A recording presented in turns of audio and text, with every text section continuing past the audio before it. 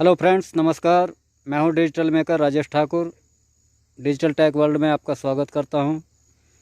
दोस्तों, जैसा कि आप जानते हैं, मैं आपके लिए earning related videos, technical videos, earning videos, educational videos और अन्य तरह की नई नई जानकारी की वीडियो आपके सामने लेकर आता रहता हूं। दोस्तों, आज भी मैं एक इसी तरह की वीडियो आपके सामने लेकर आया हूं कि एक सफल ठेकेदार के अंदर क्या क्या क्वालिटीज़ होनी चाहिए, क्या गुण होने चाहिए जिससे उसको प्रॉफिट ज़्यादा हो और लॉस ना हो।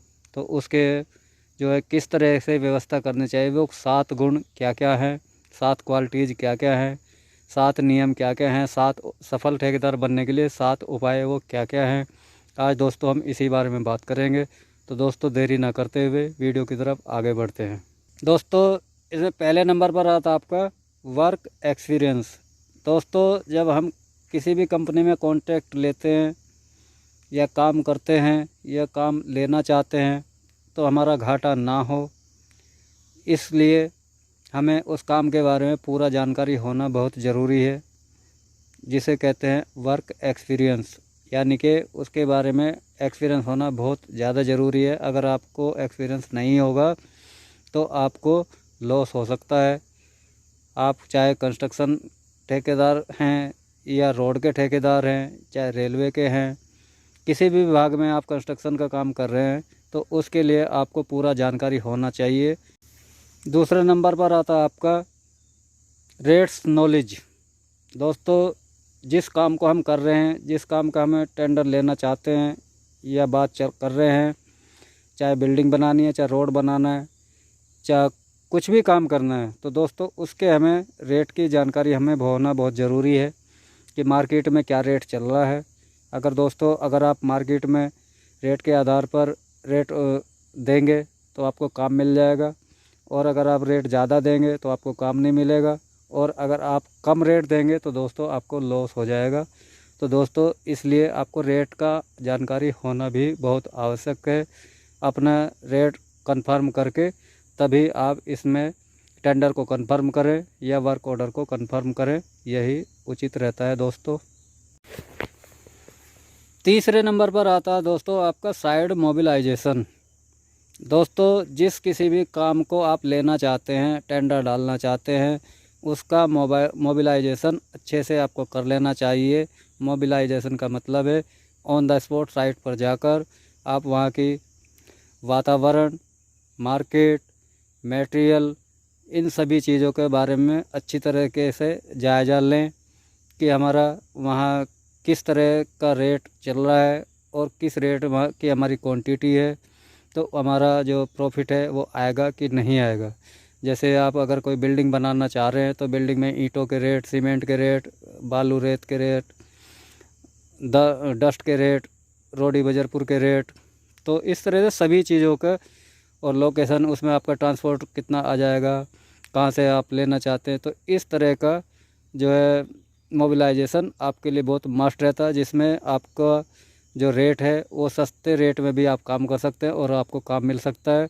अगर आप मोबिलाइजेशन नहीं करेंगे तो आप हो सकता है ज़्यादा रेट दे दें और आपको काम ना मिले, और हो सकता है कि आप वहाँ का जो है सिचुएशन है अलग है, जो आपने सोचा है उसके विपरीत है, और अगर आप रेट दे देते हैं तो हो सकता है आपको घाटा हो सकता है, क्योंकि वहाँ सामान मटेरियल महंगा मिलेगा तो आपका लॉस हो सकता है। तो दोस्तों, इसलिए मोबिलाइजेशन बहुत ज़रूरी। नंबर 4 पर आता है दोस्तों आपका साइट मैनेजमेंट। जब दोस्तों आपको टेंडर मिल जाता है, रेट वगैरह सब आपके फाइनल हो जाते हैं, आपको साइट स्टार्ट करनी है, काम स्टार्ट करना है, तो दोस्तों अपने जो टीम है उसका मैनेजमेंट बहुत अच्छे से करें।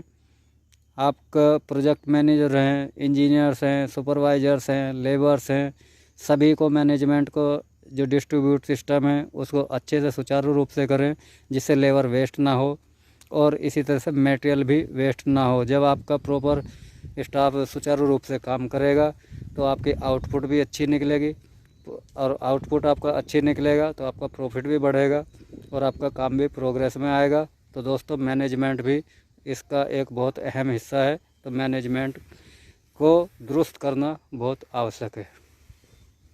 नंबर 5 पर आता है दोस्तों आपका टाइम वैल्यू। दोस्तों जब हम कोई भी काम करते हैं उसमें हमें टाइम को ध्यान में रखकर काम करना चाहिए। उसमें टाइम दोनों तरह के होते हैं। एक तो जिस कॉन्ट्रैक्ट को हम पूरा कर रहे हैं उसकी जो वैलिडिटी होती है, उसका जो टाइम होता है कि हमारा टाइम के अंदर जो है काम पूरा हो जाए। एक तात्पर्य मेरा टाइम वैल्यू से ये है। और दूसरा टाइम से मतलब ये है कि जब आपके साइट पर लेबर लगती है, आपका लेबर 8 से 5 ड्यूटी कर रहा है या 8 से 8 कर रहा है, तो टाइम वेस्ट के बिना आपका जो मैनेजमेंट है वो अच्छे से सुचारू होगा, तो वो टाइम स्टार्ट जल्दी कर देगा और अपना टाइम से काम ख़त्म करेगा, तो उसमें आपकी इनपुट अच्छी निकलेगी। कई बार क्या होता है दोस्तों, स्टाफ या मैनेजर की लापरवाही से या लेबर की लापरवाही से उसमें क्या होता है कि लेबर साइट पे पहुंच जाती है लेकिन काम स्टार्ट नहीं हो पाता है, या आपका जो मटेरियल है वो भी आपका ख़राब होता है, तो उसको सुचारू रूप से सुपरविज़न में आता है ये चीज़ें।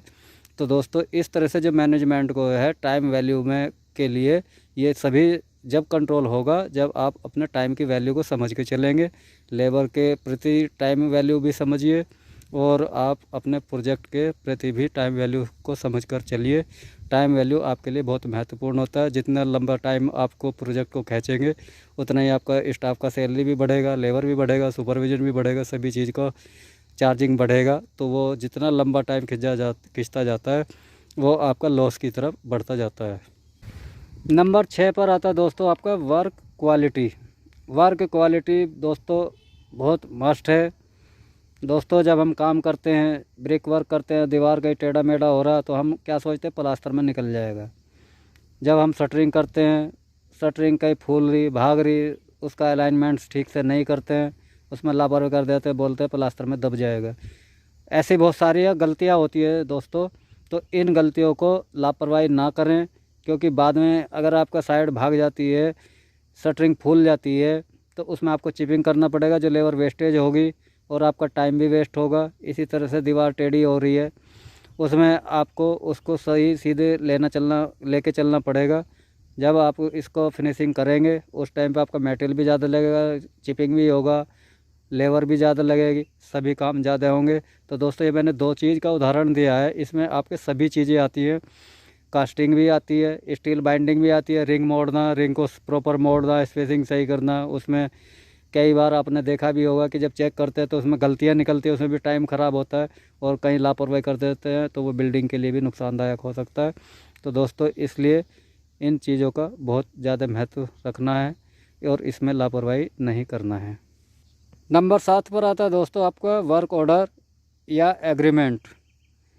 दोस्तों जब आप कोई भी काम का कॉन्ट्रैक्ट लेते हैं वो लिखित में एग्रीमेंट करें या वर्क ऑर्डर लें, क्योंकि दोस्तों प्राइवेट फर्म्स के अंदर जब आप कॉन्ट्रैक्ट लेते हैं तो बाद में जो पैसा रुक जाता है उसमें कई बार ओनर्स लापरवाही कर देते हैं, कई बार कॉन्ट्रैक्टर्स भी लापरवाही कर देते हैं, तो उसमें पैसा रुक जाता है, होल्ड हो जाता है। तो ऐसी स्थिति ना हो, इसलिए आप एग्रीमेंट करा कर ही काम करें तो अच्छा रहता है। दूसरा, अगर आप सरकारी विभाग में काम कर रहे हैं तो ये आपके कहने से पहले ही वहाँ आपको वर्क ऑर्डर मिलेगा, पूरे डॉक्यूमेंट्स जमा होंगे, उसमें आपको कोई दिक्कत नहीं रहता है। वो आपका वर्क ऑर्डर एग्रीमेंट एक ही बात है, दोनों का एक ही मीनिंग निकल के आता है लास्ट में। आप दूसरी तरह से आप चर्चा कर सकते हैं लेकिन मीनिंग लास्ट में एक ही आता है। वो परमिशन का काम करता है, उसमें आप लिखित में सारी शर्तें एक्सेप्ट करते हैं, उसका यही मतलब होता है दोस्तों। तो वर्क ऑर्डर आपका बनता है तभी आपको परमिशन मिलता है, तो जिससे आपका जो पेमेंट है जब आप काम कंप्लीट कर देंगे तो उसमें लास्ट में या बीच में जो आपके शर्तें तय हुई होती हैं वो सब का डिटेल होता है और उस आधार पर आप पेमेंट का मैनेजमेंट करते हैं और उसी तरह से खर्च करके अपना प्रॉफिट लॉस को भी डिस्ट्रीब्यूट करते हैं। तो दोस्तों इसलिए आपका वर्क ऑर्डर या एग्रीमेंट होना भी बहुत आवश्यक है। तो दोस्तों आज इन 7 पॉइंटों में आज मैंने आपको ज़्यादा से ज़्यादा जानकारी देने का कोशिश किया है, और अगर मैं इससे ज़्यादा पूरा डिटेल आपको बताने का कोशिश करता हूँ तो वीडियो बहुत लंबा हो जाएगा। तो दोस्तों जितने उदाहरण मैंने आपको देने के समझाने की कोशिश किया है, इससे बहुत ज़्यादा उदाहरण होते हैं और आप उसको कर सकते हैं। तो दोस्तों आज की इस वीडियो में इतना ही।